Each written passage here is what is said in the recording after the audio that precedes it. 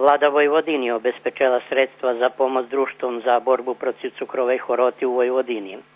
Sovitovanje za diabetičarov u opštini Šid oznova počína zo zrobotu na sobotu 1. marca. U Skupštini Vojvodini sovitovanje zo rukovodstvami društvog diabetičarov organizovala pokrajinski sekretar za zdravstvo, socijalnu politiku i demografiju Vesna Kopitović, a učešnikov privital i predsjedatelj vojvođanske vladi dr. Bojan Pajtić, ktorý obecal šidsku potrebnu pomoc.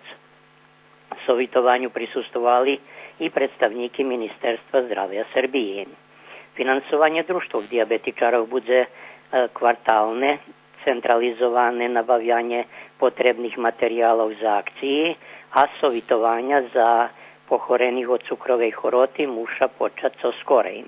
U opštini Šid počína na sobotu 1. marca od 8 hodin ráno u internističnej službi Doma zdravlja u Šidze i bude organizované razmešačno.